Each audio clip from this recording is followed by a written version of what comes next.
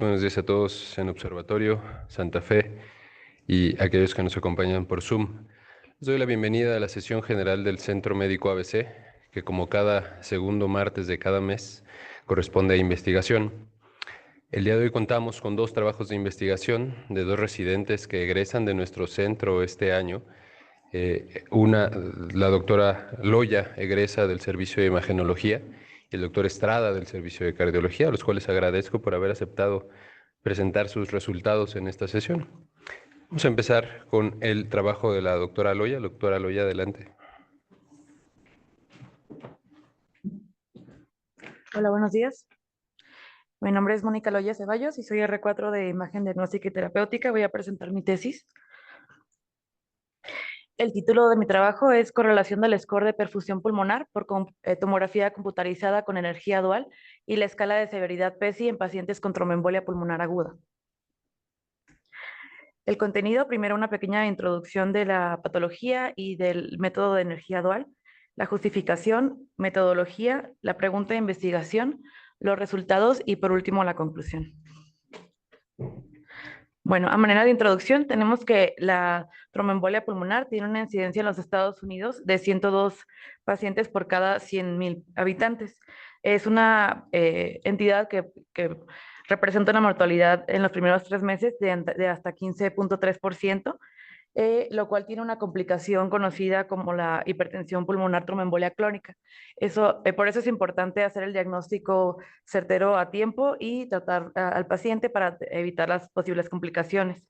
La tomografía o la angiotomografía, como vemos en esta imagen, es el gold estándar para el diagnóstico, en el cual podemos visualizar con el material que es el yodo, que es lo que vemos más hiperdenso o blanco en la imagen, cómo se opacifica la vasculatura pulmonar arterial y podemos visualizar los trombos que se puedan encontrar dentro de esta misma.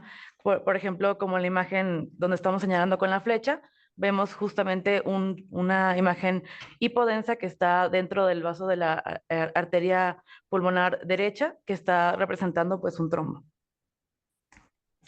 La justificación, pues tenemos que en el centro médico ABC, en el servicio de urgencias, llegan hasta de 3, 4 pacientes por mes con diagnóstico presuntivo de tromboembolia pulmonar.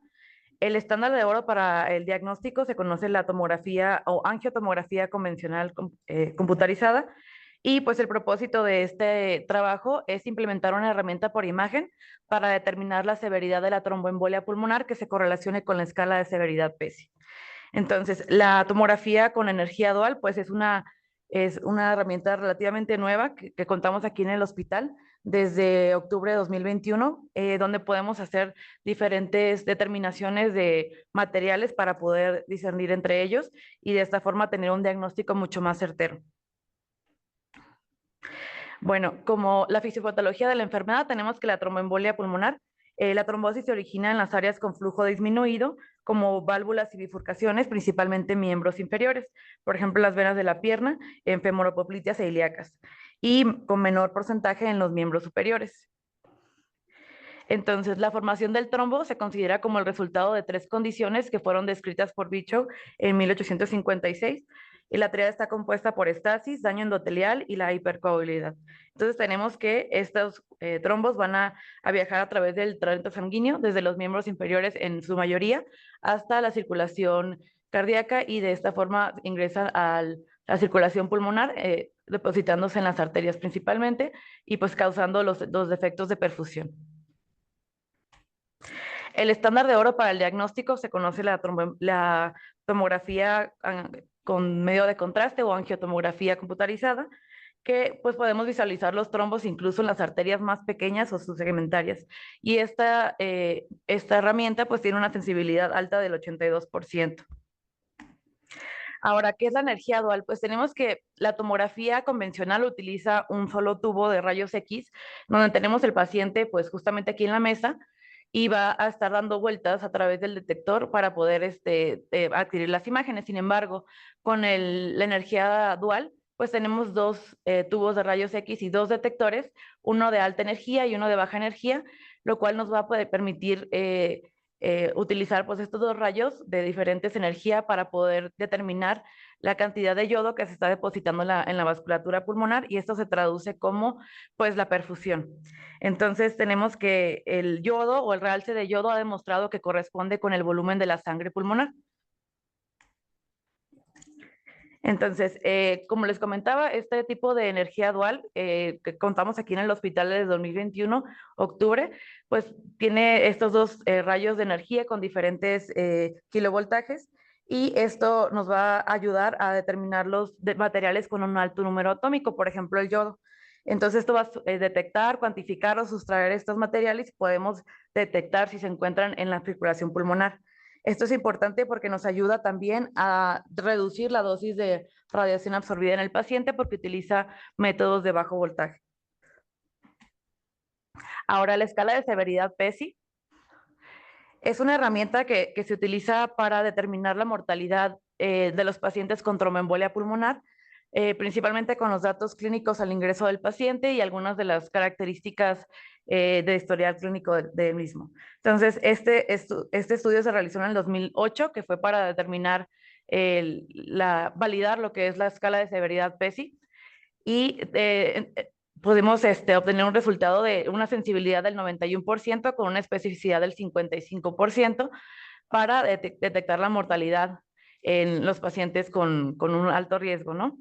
Ahora, la angiotomografía tiene una sensibilidad del 82% con una especificidad que varía entre el 89 y el 98% para detectar la enfermedad. La escala de severidad, pues tiene estos parámetros que vamos a calificar como un puntaje para poder obtener una estratificación del riesgo por esta escala, que va a ir de la clase 1 a la clase 5, muy bajo a muy alto. Tenemos que la mortalidad en la clase 1 puede ser hasta 1.6% a 30 días, mientras que un paciente con una escala de severidad alta puede ser hasta 24.5%. Ahora, los materiales y métodos de mi trabajo. ¿Cuál es la correlación entre el score de perfusión pulmonar y la severidad por la escala PESI en pacientes con tromboembolia pulmonar aguda? Esta fue la pregunta de investigación. Como materiales y métodos tenemos que es un estudio de proceso, ya que estamos valorando una herramienta diagnóstica. Se realizó en el Centro Médico ABC, tanto Campus Observatorio como Santa Fe, en el periodo que abarca del 2022 al 2024. Esto porque pues, el equipo de energía dual ingresó a nuestro hospital en el 2021, y perfeccionamos la técnica durante todo este tiempo, y la verdad es que escogimos estas fechas para que fuera mucho más certero el diagnóstico. El universo de trabajo pues son los pacientes con diagnóstico de tromboembolia pulmonar aguda en el Centro Médico ABC, Observatorio y Cáncer Santa Fe. Bueno, primero para la búsqueda de pacientes utilizamos las palabras clave tromboembolia pulmonar. ¿Por qué? Porque en nuestros reportes de radiología, usualmente, ya sea positivo o negativo, utilizamos las palabras clave negativo para tromboembolia pulmonar o positivo. Entonces, de esta forma podemos encontrar en la base de datos todos estos pacientes. Después de esto, hicimos un análisis de los estudios con una tromboembolia positiva mediante herramientas de cálculo para poder calcular lo que es la escala de PESI o severidad. Posterior a esto, las imágenes fueron procesadas a través de la estación de trabajo SINGO. Esto nos ayuda a determinar, como les comentaba, con la energía dual, la composición del parénquima pulmonar. Por ejemplo, en esta imagen es una reconstrucción en 3D en donde podemos ver la parte naranja o amarilla, todo lo que es el parénquima pulmonar que tiene yodo. Entonces, esto representa lo que está bien perfundido, mientras lo que está en color azul es lo que está perdiendo el flujo y está teniendo un poco menos de perfusión. Entonces lo vemos de este color, y traducido al mapa de yodo, pues lo podemos ver con diferentes áreas parchadas de color más oscuro, que es lo que nos está determinando que está una ausencia de yodo mediante esta escala de unidades Hounsfield. Entonces, ya que hicimos el procesamiento, se determinó el score de perfusión pulmonar, que posteriormente se los voy a explicar.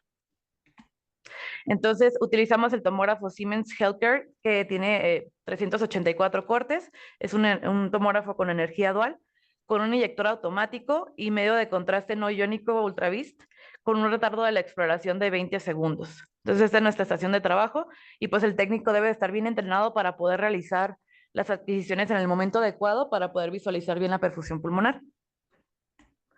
Ahora, para el procesamiento de la imagen, pues tenemos estas imágenes, ¿no? Las imágenes con el yodo, las imágenes convencionales con el contraste y hacemos una fusión para poder ver exactamente dónde se encuentran los defectos. Igualmente, para hacer la determinación del score de perfusión, utilizamos también las imágenes en gris para poder estar seguros que estamos viendo un defecto de perfusión real y no es algún tipo de artefacto, por ejemplo, alguna telectasia o algo que está causando que no se vea adecuadamente el yodo, por ejemplo, en estas zonas, pero no representa realmente un defecto de perfusión, simplemente pues es un pequeño artefacto, por eso lo podemos ver con la imagen de grises con el yodo convencional.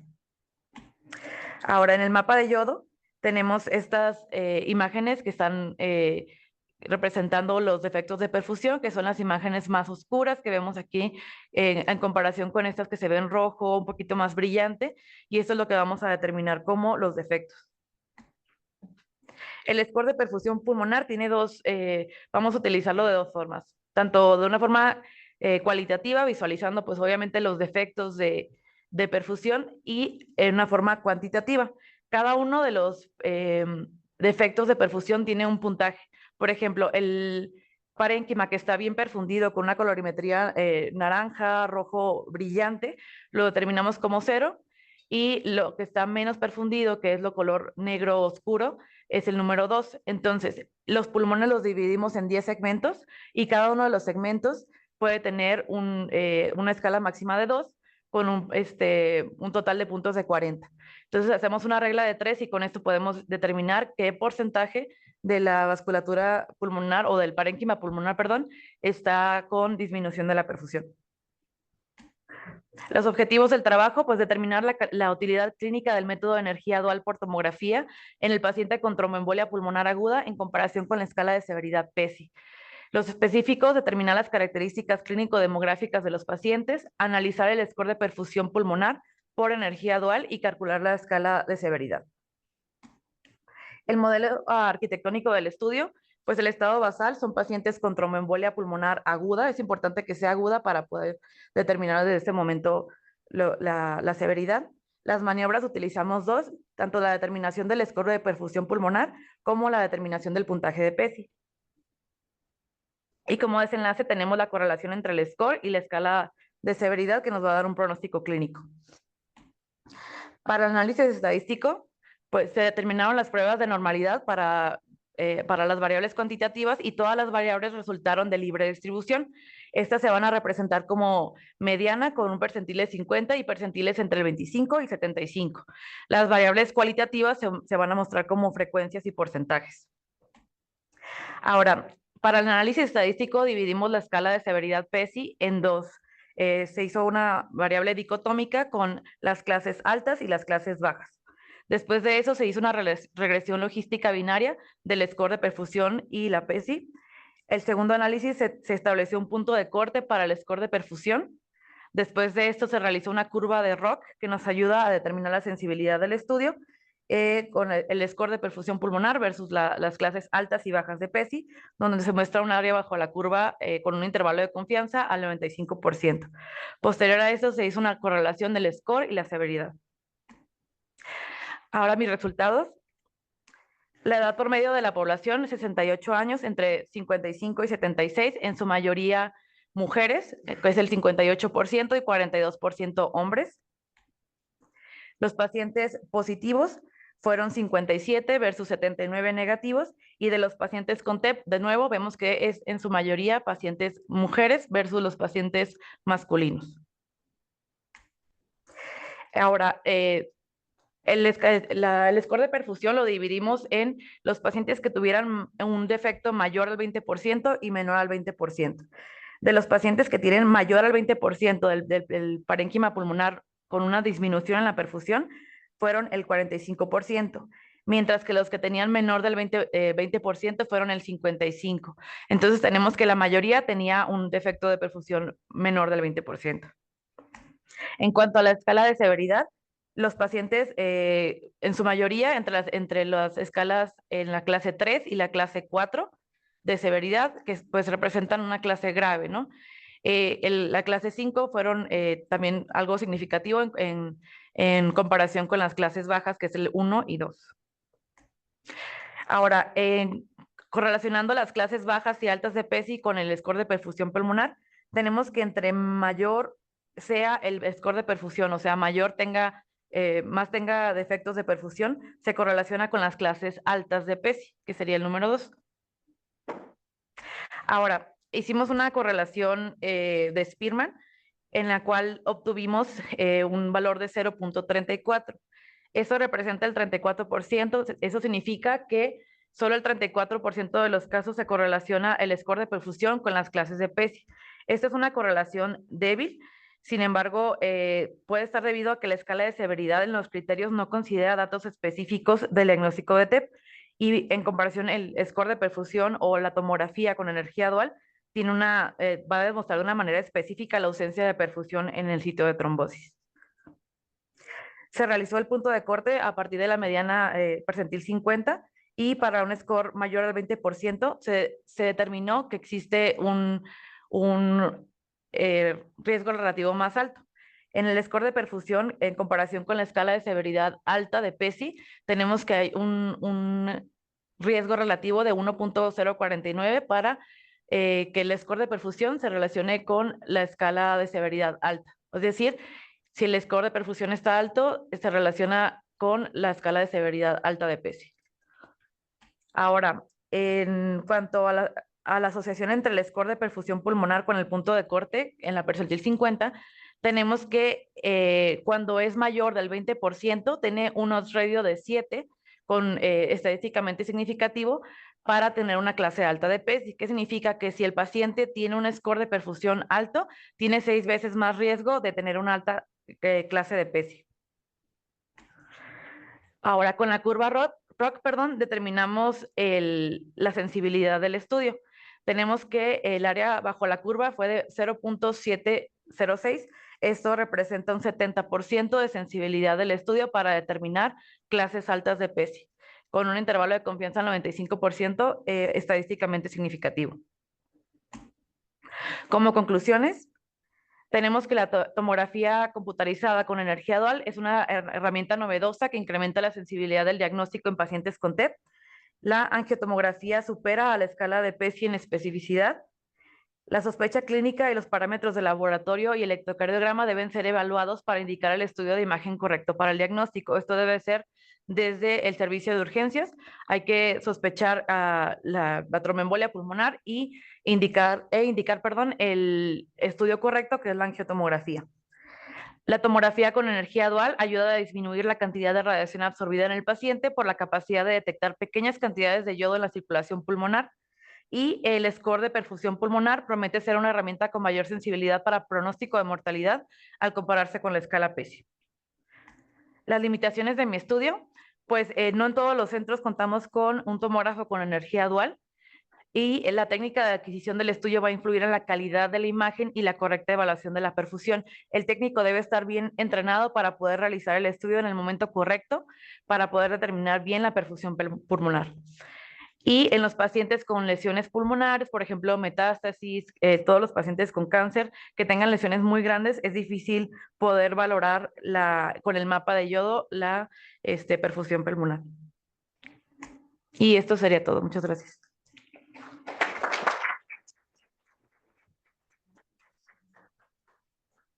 Muchas gracias, doctora. Para aquellos médicos internos que van ingresando, ¿no? La única manera de ser especialista en nuestro país es hacer un trabajo de investigación. Esa es la razón por la que vemos tantos trabajos de tesis de nuestros residentes. La doctora Loya, a quien felicito por este gran esfuerzo y por una muy buena metodología, trata de comparar, de comparar dos estrategias para predecir la mortalidad en tromboembolia pulmonar. Tiene un score que ya conocemos bien, que es el PESI, y ahora tenemos una nueva herramienta en imagenología y vemos si se correlacionan. Desafortunadamente es una correlación débil. Sin embargo, el puntaje de perfusión muestra que existe tiene una sensibilidad con la mortalidad.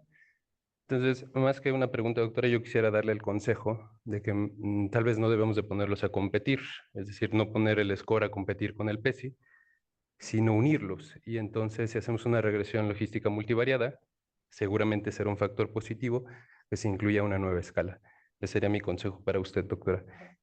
Voy a abrir el foro, preguntas y respuestas aquí en Observatorio Santa Fe. Doctora, por favor, doctora Soto en Observatorio.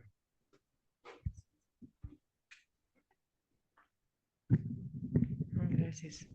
Hola, te felicito por tu trabajo. Igual, mira, la parte estadística es fundamental porque tienes dos pruebas diferentes y muchas veces lo que debemos de tener en cuenta es el gol estándar para que nosotros hagamos en lugar de esto pruebas diagnósticas. Entonces tú puedes ver cómo se comporta un método y el otro contra el gol estándar. Entonces la sensibilidad que alcanza la angiotomografía es muy buena, pero deja la duda de qué tan específico es. Entonces eso se resuelve mediante eso. Y finalmente, pues, como bien dice el doctor Nogués, si las pones a competir y son diferentes y ninguna es gol estándar, no acabas de resolver al final cuál es mejor. Entonces, aquí existe, de acuerdo a Sackett, una forma de evaluarlos aparte de la curva ROC, en la que tú puedes tomar dos pruebas, como bien te dijo, unirlas y contrastarlas contra contra el gol estándar. Muchas Muchas gracias. felicidades. Gracias, doctora. ¿Alguna otra pregunta o comentario? Sí, aquí en Santa Fe, una pregunta. La mayor parte de las ocasiones, desafortunadamente, a los servicios de imagenología no se llega la solicitud con el diagnóstico, sino se pide una angiotomografía o una tomografía. Hace muchos años, para el verificar que fue una tromboembolia versus alguna otra situación que ya comentó la doctora en relación a los diagnósticos diferenciales, utilizábamos el gamagrama ventilatorio y perfusorio y se juntaban para ver si había tromboembolia. Este mecanismo con energía dual, pues viene a superar notablemente esta situación. Mi pregunta es, ¿cómo escogieron ustedes estos casos en particular? Porque muchos de los casos que se mandan primero, no mandamos por el diagnóstico, y segundo, en algunas ocasiones es un diagnóstico de exclusión, entonces se manda, si es que se pone el diagnóstico, se puede poner en algunas ocasiones neumonía o atelectasia, etcétera, etcétera.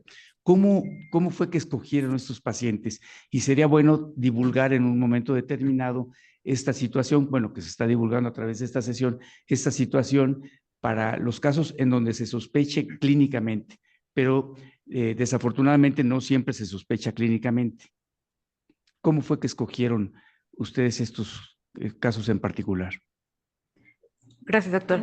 Bueno, los estudios de tomografía, angiotomografía pulmonar, normalmente pues podemos valorar la circulación y vemos si tiene defectos o no.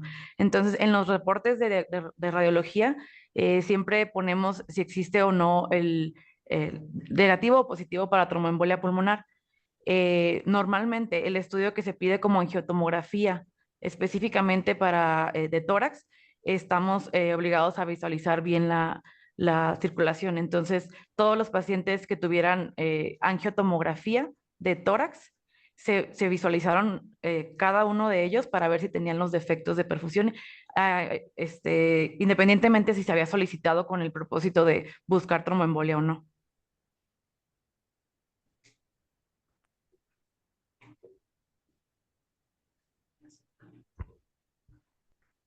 Gracias, doctora. ¿Hay alguna otra pregunta o comentario? De no ser así, doctora, muchas gracias por su presentación. Alex, Sí, una pregunta por ahí nada más. Doctora, Hay una pregunta ¿tienen de el Juan. seguimiento de los pacientes? Porque finalmente el desenlace es contra lo que contrastan, que es la muerte. Usted habla de una escala pronóstica, no de diagnóstico. Eso ya lo tiene. Entonces, si tiene usted la mortalidad, probablemente podría mostrarla y decirnos qué pasó, al menos que no muera nadie, y entonces se entiende por qué se quedan en la comparación entre las dos escalas. Pero también es para que tenga continuidad su estudio. Felicidades, doctora. Muchas gracias. Sí, sería una buena idea realizar un estudio del seguimiento de los pacientes que tenemos en nuestra base de datos para ver si tenemos una correlación a futuro. Pero por el momento no lo tengo aquí en mi trabajo, pero podría ser una buena idea para realizar un trabajo nuevo con esta base. Gracias. Gracias. Gracias. Y hay un comentario en el chat del doctor Vallejo que concuerda con el doctor Talavera, que dice que hay que hacer el seguimiento de los pacientes y que la comunicación con el clínico es importante para poder hacer un mejor seguimiento. Y creo que concuerda también con el mío, que le digo que junte las dos para tratar de predecir la mortalidad, más que ponerlas a competir. Muchas felicidades, doctora. Gracias. Vamos a dar paso al siguiente trabajo. El siguiente trabajo es presentado por el Departamento de Cardiología, quien viene representado por el doctor Eric Estrada. Adelante, doctor. Gracias, doctor.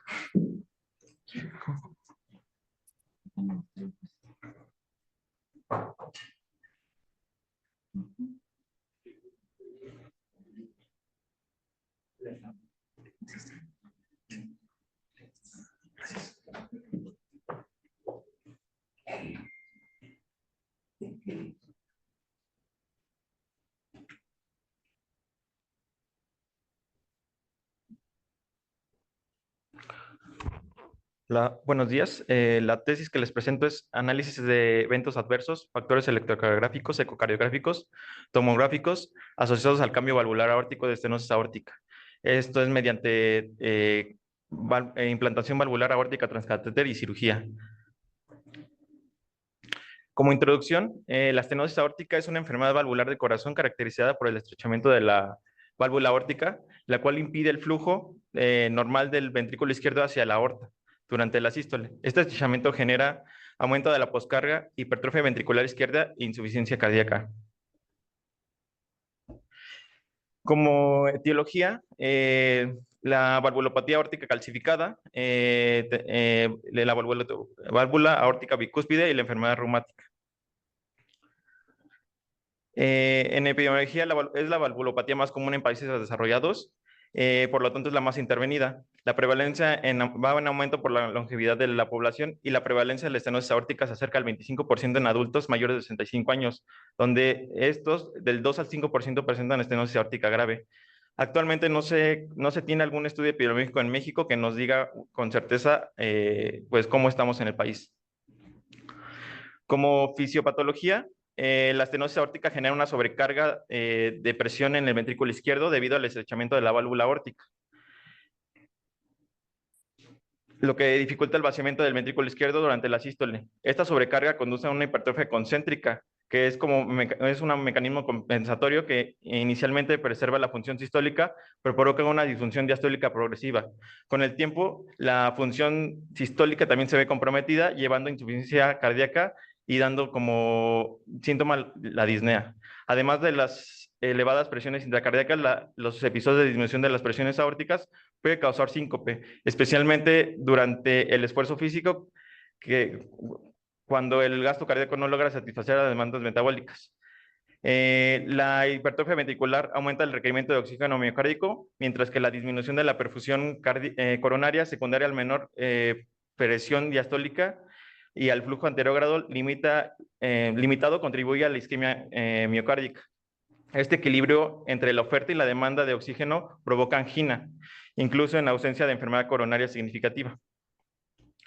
Este es un esquema clásico de la estenosis aórtica, es la historia natural de la estenosis aórtica y tiene un periodo asintomático, un periodo latente, y cuando es el inicio de los síntomas, dependiendo de cuál sea el síntoma predominante, tiene una sobrevida promedio.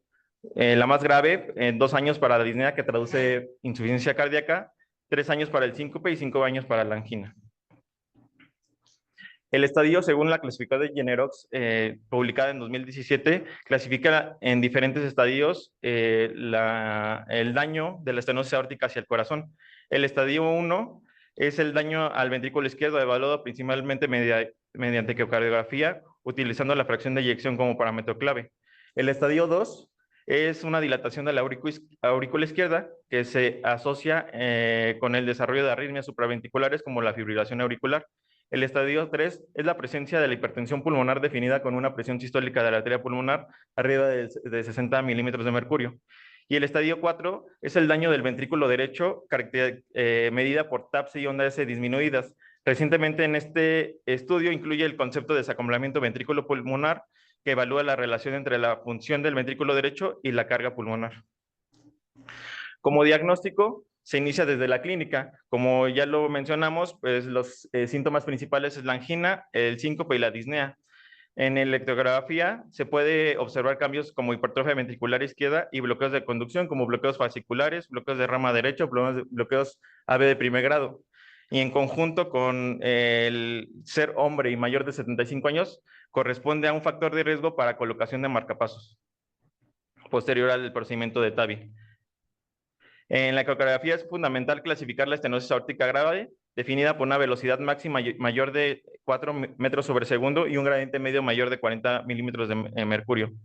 Los biomarcadores como la troponina y el BNP proporcionan información adicional sobre el impacto hemodinámico y el estrés miocárdico.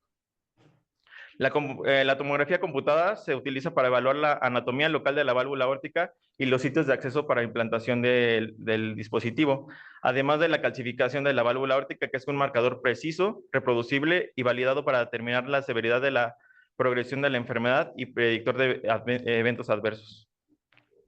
Como diagnóstico, de elección es el ecocardiograma, donde inicialmente vemos la velocidad y el gradiente. Si estamos ante una velocidad máxima mayor de 4 y un gradiente mayor de 4, en un estado en el que no está hiperdinámico como en anemia y en infección, pues estamos ante el diagnóstico de estenosis aórtica grave. En cambio, cuando este gradiente y esta velocidad no se alcanza, tenemos que hacer estudios adicionales. Valorar el área valvular aórtica. Si este es menos de 1, se clasifica como estenosis grave, pero es necesario para confirmar el diagnóstico de balón del flujo. El volumen sistólico se mide para determinar si el flujo es bajo. Si este es bajo, la fracción de eyección es menos de 50, se realiza ecocardiograma con dobutamina para valorar la reserva de flujo. Si al hacer este estudio el área valvular aórtica disminuye menor de 1, estamos ante una estenosis aórtica grave. En cambio, si la fracción de eyección es mayor de 50, el flujograma nos lleva a la tomografía axial computada para medir la calcificación valvular aórtica, que con los rangos que ya les comenté, pues estaríamos ante una estenosis aórtica. Cuando tenemos un paciente con estenosis aórtica, tenemos que tener un equipo multidisciplinario en donde tiene que ver un cardiólogo intervencionista, un cirujano cardiotorácico y un especialista en imagen. En el tratamiento, según las últimas guías del Colegio Americano de Cardiología, se basa en la estratificación de riesgo y en factores individuales del paciente, dividiendo en pacientes de riesgo bajo y riesgo alto. Cuando el paciente es de riesgo alto, que tiene un score de mortalidad mayor del 8% y una expectativa de vida mayor de 1 año, pues la anatomía es favorable para la colocación de válvula transcatéter y es el tratamiento de elección. Pero ¿qué va a pasar con esos pacientes de bajo riesgo? En estos casos se considera la necesidad de anticoagulación y la edad. En pacientes menores de 65 años se prefiere la implantación de válvula mecánica, dado a su mayor durabilidad.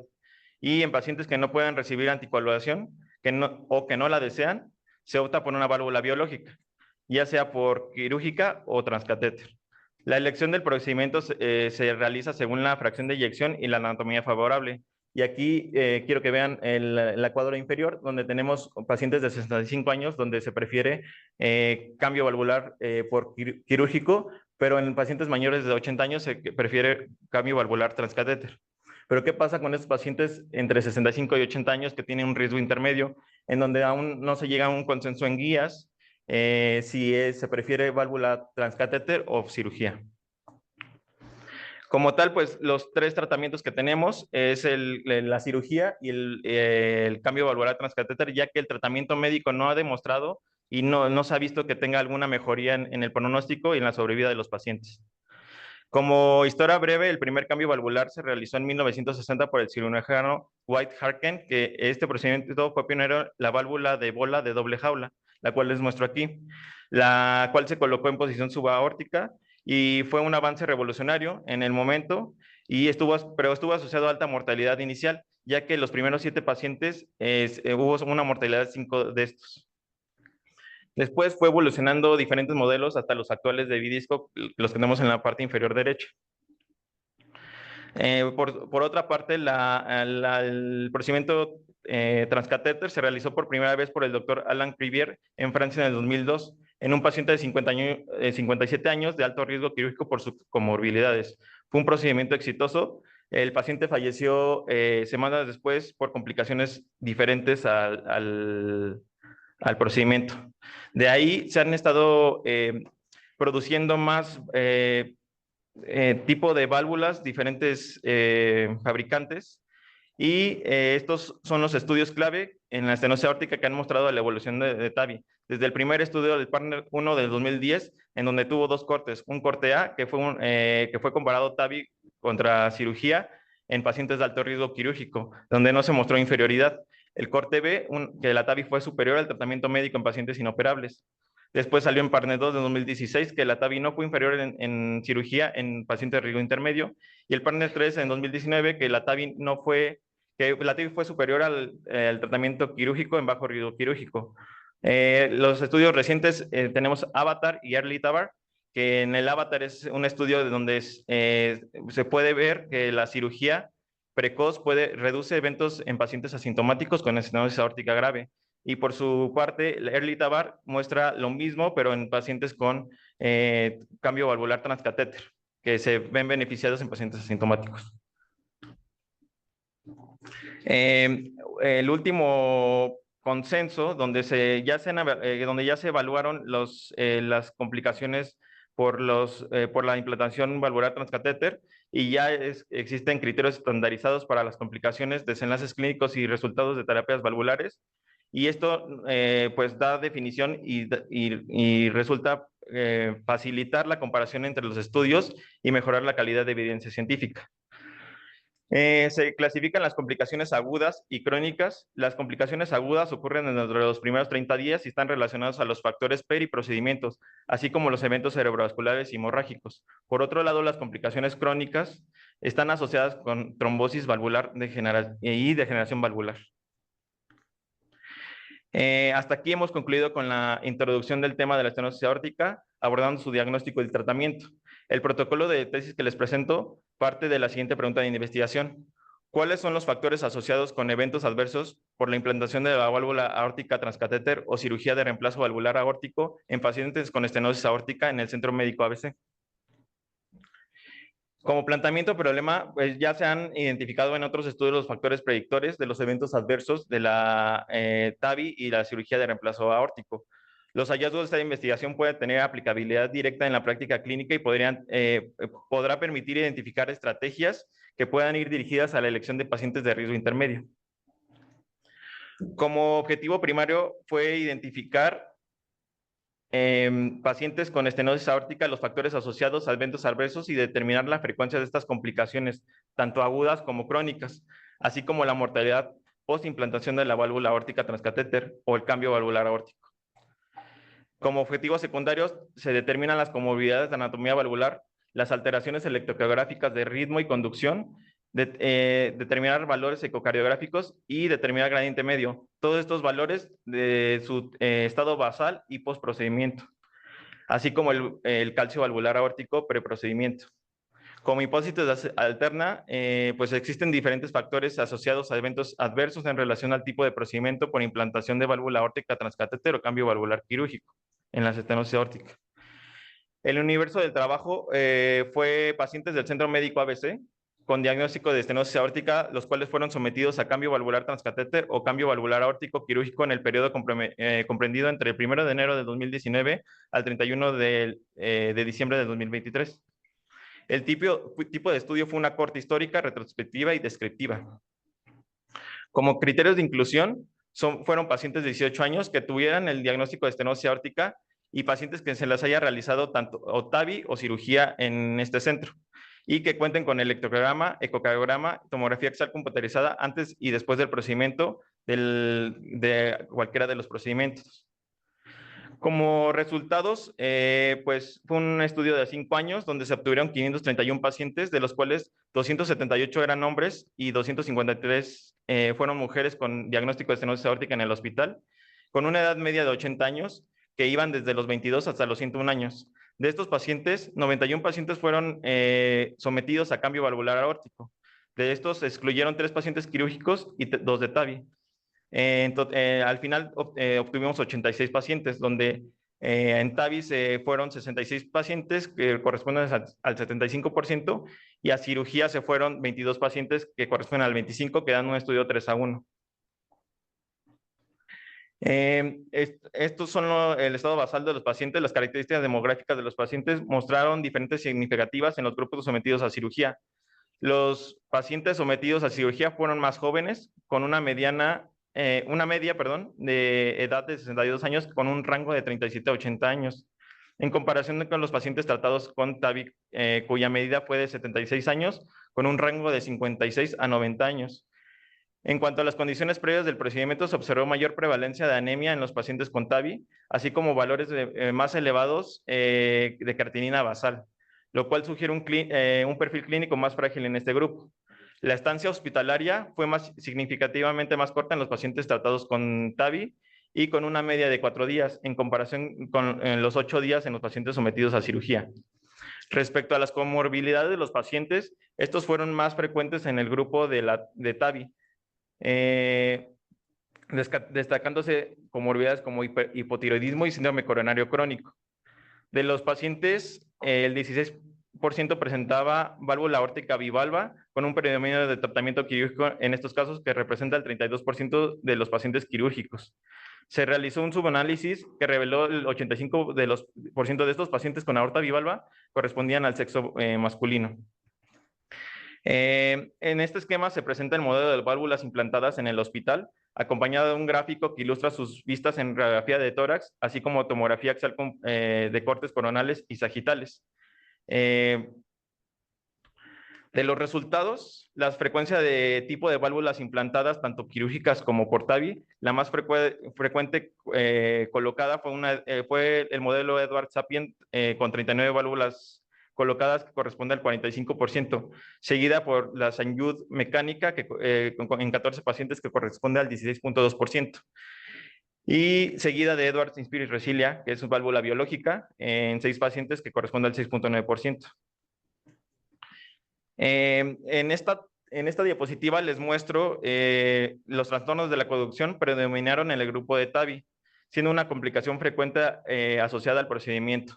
En este estudio se midió por electrocardiograma manualmente antes y después de cada procedimiento. Se obtuvo de los 86 pacientes el trazo electrocardiográfico.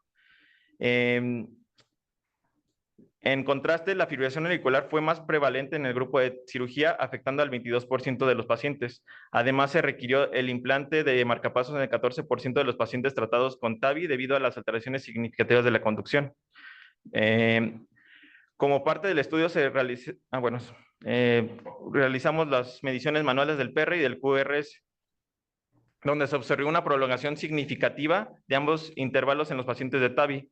En este gráfico vemos los pacientes con cirugía y de TAVI en el segmento PR, en donde en cirugía no hubo mucho cambio. En cambio, en el procedimiento de TAVI hubo una diferencia significativa. En el QRS vemos los pacientes con cirugía no tuvieron alteraciones de la conducción interventricular, a diferencia de los pacientes con TAVI, en donde hubo una prolongación del QRS. Por el ecocardiografía se valoran los gradientes medios antes y después del procedimiento en ambos grupos. Se observó diferencia significativa en la reducción del gradiente medio en ambos casos, destacando en el grupo de TAVI, que presentó una mayor disminución del gradiente postprocedimiento en comparación con el grupo sometido a cirugía. En promedio, el gradiente medio en cirugía se quedó en 18 y el de TAVI en 7.8.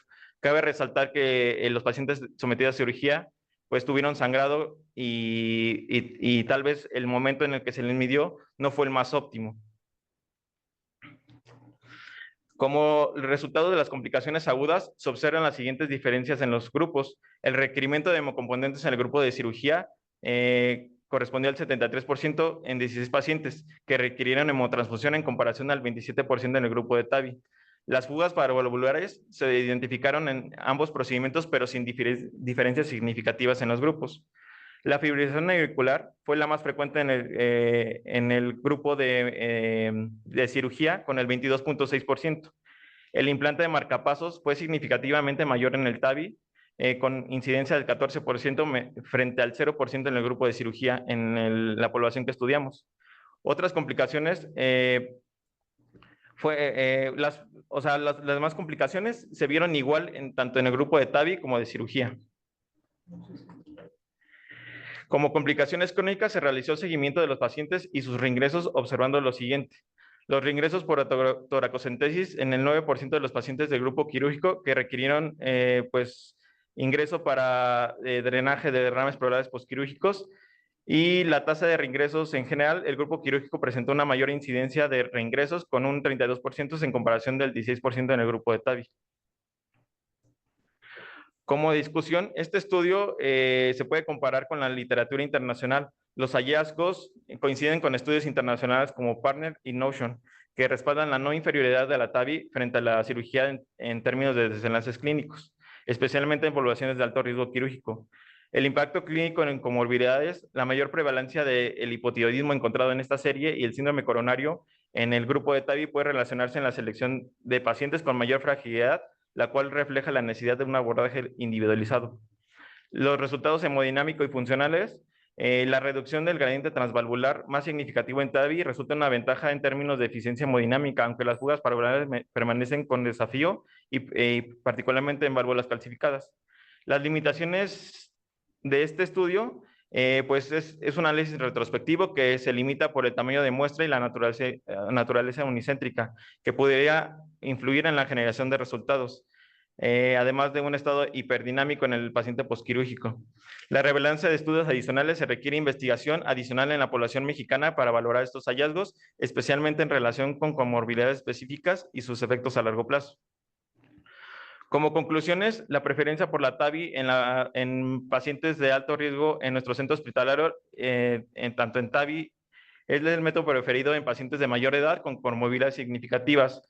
Esto quiere decir que el hospital está alineado con guías internacionales, y esto demuestra su efectividad y seguridad en contextos de alto riesgo quirúrgico.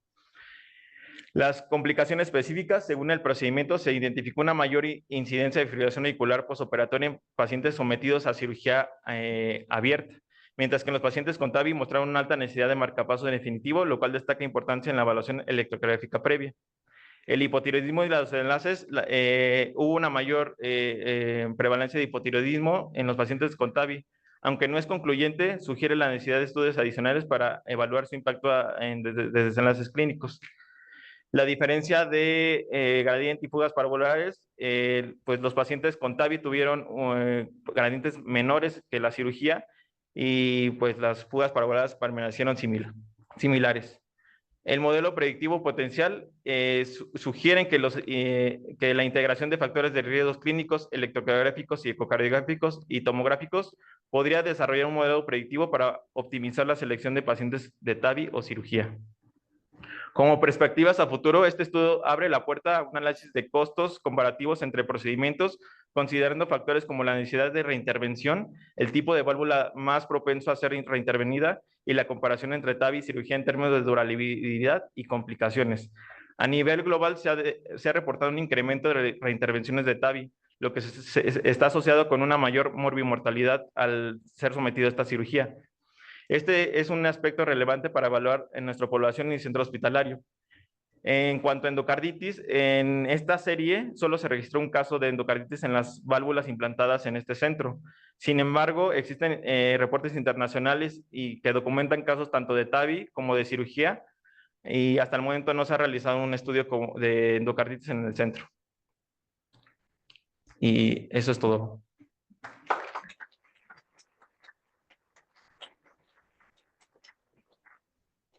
Muchas gracias, doctor. Entonces, colocación de una válvula por un catéter en comparación con cirugía cardíaca abierta.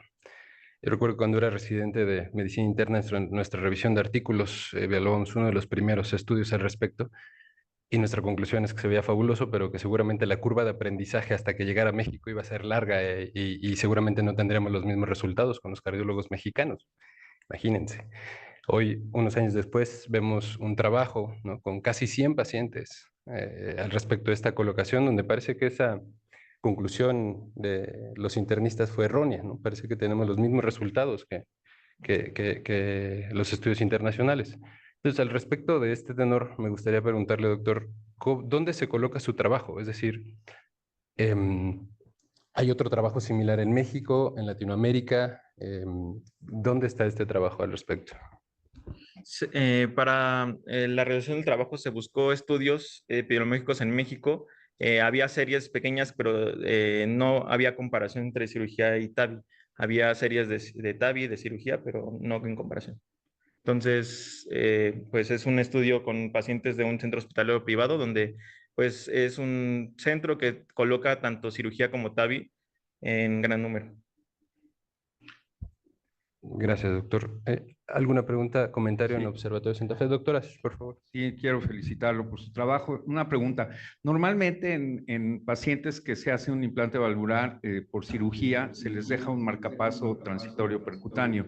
En el caso de TAVI no se está haciendo lo mismo, no les dejan un marcapaso como medida preventiva, dada la gran incidencia de fibrilación y de arritmias en estos pacientes. Sí, gracias. Como parte del procedimiento, es como tal, se pone un marcapaso transcutáneo para colocación de TAVI para llevar a frecuencias altas de 150 a 160 mientras se implanta la válvula. Ese marcapaso se llega a dejar 1 o 2 días y después se retira. Se llega a hacer por vía femoral o vía yugular. Entonces también tienen... También, tanto cirugía como TAVI se deja un marcapaso ¿Y transitorio. cuál sería el tiempo? ¿2, 3 días, como usted dice? Sí, 2 o 3 días evaluando tanto el electrocardiograma, que no tenga factores de riesgo que pudieran sugerirnos que puede presentar un bloqueo completo del paciente. También menciona que cambia el tiempo de hospitalización, obviamente, Ujú. de un paciente quirúrgico a un paciente que se hace por Claro. cateterismo. ¿Cuál es esa diferencia? ¿Por qué no lo menciona en su trabajo? Sí, el promedio de hospitalización en la TAVI es de 4 y en la cirugía es de 8, con un intervalo o sea, con ¿cómo se llama? Un rango, perdón. Bien. Tenemos en Zoom el doctor Solana, al doctor Vallejo. El doctor Vallejo es coautor de este trabajo. Está aquí la doctora Soto, si alguien quiere hacer algún comentario. Sí, yo Sí, buenos días. Gracias. Yo creo que es un trabajo que es muy valioso, dado que es la primera experiencia reportada en un centro privado en México. Aparte, definitivamente los procedimientos transvalvulares son difíciles de llevar a cabo por el costo económico. Entonces, esto tiene una implicación relevante en el sentido de decir cuál es la experiencia real en un medio privado en México. El trabajo que han realizado los residentes con estas 2 tesis, pues la verdad es que es muy valioso porque es muy susceptible de publicación, porque esto no existe en México.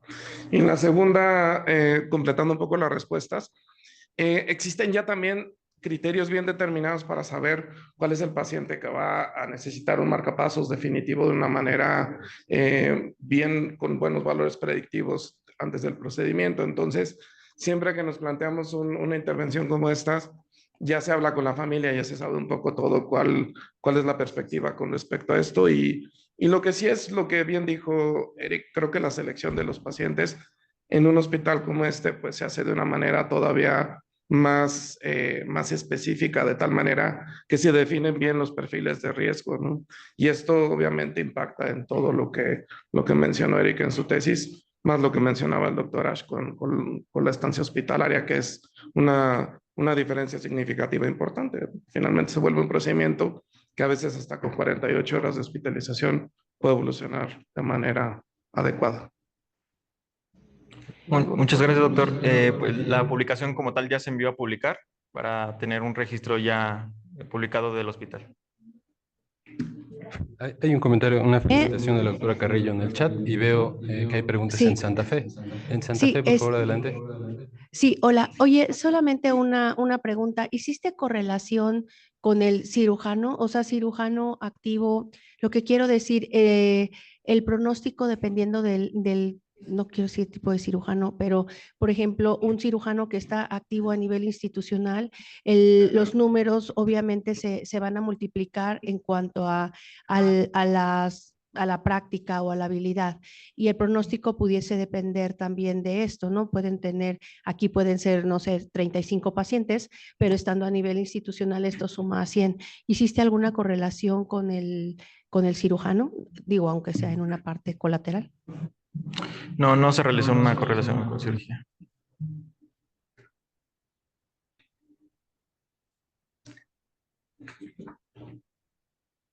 ¿Algún otro comentario? ¿Pregunta? Doctora Soto, por favor. Bueno, pues lo primero es felicitar a Eric porque es un trabajo en el que pude yo colaborar, sobre todo en el análisis. Y a mí me parece lo valioso de esto es la forma en que como los cardiólogos tienen una guía de selección que aquí en el centro médico se lleva de manera muy exacta. Me llamó la atención que justo las guías orientan hacia pacientes muy graves, aunque recientemente todo este grupo de etario está tratando de incluir gente más joven en este procedimiento. Esa diferencia que él encontró entre cambios muy específicos de la conducción en un método y en otros por hemocomponentes son los esperados. Sin embargo, esto abre posibilidades de estudios a seguir, sobre todo prospectivos, en donde se vea todas estas complicaciones, tanto agudas como crónicas, la mejor manera de todavía perfeccionar lo que se está haciendo aquí. Ciertamente no hay mucho en México y esto sí se tuvo cuidado de evaluar qué tanto podía ser factible el analizar de forma retrospectiva dos métodos en los que ya suponemos cuáles van a ser los desenlaces. Entonces, lo valioso de este trabajo es, además de ver esto, lo que se pudo evaluar sobre todo esto que mencionó del QRS y del PR, que fue muy sugerido por su tutor principal también, el doctor Vallejo, y esto permite ver que está muy a la par de lo que ya han encontrado en otros estudios. Ese es mi comentario. Muchas felicidades. Gracias, doctora. Sí, si no hay más comentarios, muchas gracias, Eric. Muchas gracias, Felicidades. doctor. Doctora, ¿hay anuncios?